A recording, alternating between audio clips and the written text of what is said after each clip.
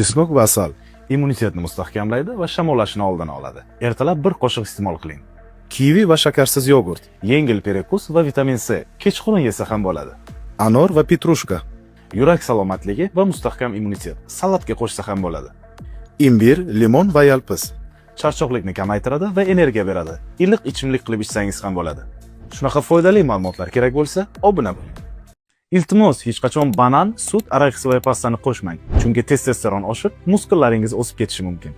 Va hech qachon asal, ovsyanka, tuxumni qo'shmang, chunki testosteronni oshiruvchi natural booster bo'ladi. Ha, aytgancha, hech qachon imbir, grek yong'oqi va kakaoni birga qo'shmang, chunki libidani kuchaytiruvchi ideal kokteyl bo'lishi mumkin.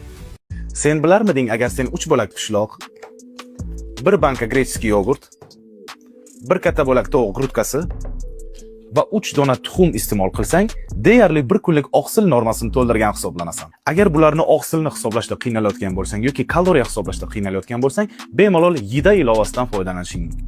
Yida ilovasi yeyotgan ovqatingni to'liq kaloriyasi hamda bejolarini o'zi hisoblab chiqarib beradi. Bularni birga iste'mol qilmang. Sut va baliq, go'sht va sut, meva va ovqat, qovun va boshqa mahsulotlar, tuxum va qahva, choy va go'sht. Nega deysizmi? Описаниeni o'qing.